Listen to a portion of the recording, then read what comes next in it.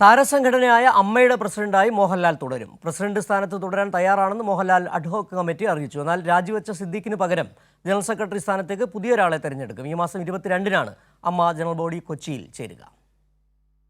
ലൈംഗിക അപവാദം ഉയർന്നതിനെ തുടർന്ന് ജനറൽ സെക്രട്ടറിയായിരുന്ന സിദ്ദീഖ് രാജിവെച്ചതോടെയാണ് താരസംഘടനയിൽ പ്രതിസന്ധി രൂപപ്പെട്ടത്.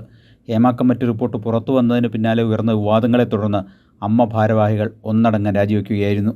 മോഹൻലാൽ പ്രസിഡന്റായ കമ്മിറ്റി രാജിവെച്ചെങ്കിലും അഡ്ഹോക്ക് കമ്മിറ്റിയായി തുടരുകയാണ്.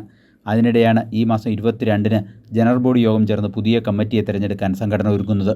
പ്രസിഡന്റ് സ്ഥാനത്ത് തുടരാൻ തയ്യാറാണെന്ന് മോഹൻലാൽ അഡ്ഹോക്ക് കമ്മിറ്റി അറിയിച്ചു. എന്നാൽ മത്സരമുണ്ടായാൽ പിന്മാറുമെന്നതാണ് മോഹൻലാലിൻ്റെ നിലപാട്. അതേസമയം രാജിവെച്ച സിദ്ദീഖിന് പകരം മറ്റൊരാളെ ജനറൽ സെക്രട്ടറി സ്ഥാനത്തേക്ക് കണ്ടെത്തേണ്ടി വരും.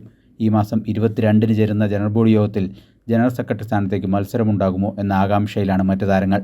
മത്സരമുണ്ടായില്ലെങ്കിൽ നിലവിലുള്ള അഡ്ഹോക്ക് കമ്മിറ്റി എക്സിക്യൂട്ടീവ് കമ്മിറ്റിയായി മാറി പുതിയ ജനറൽ സെക്രട്ടറിയെ നിശ്ചയിക്കും. കൈരളി ന്യൂസ്, കൊച്ചി.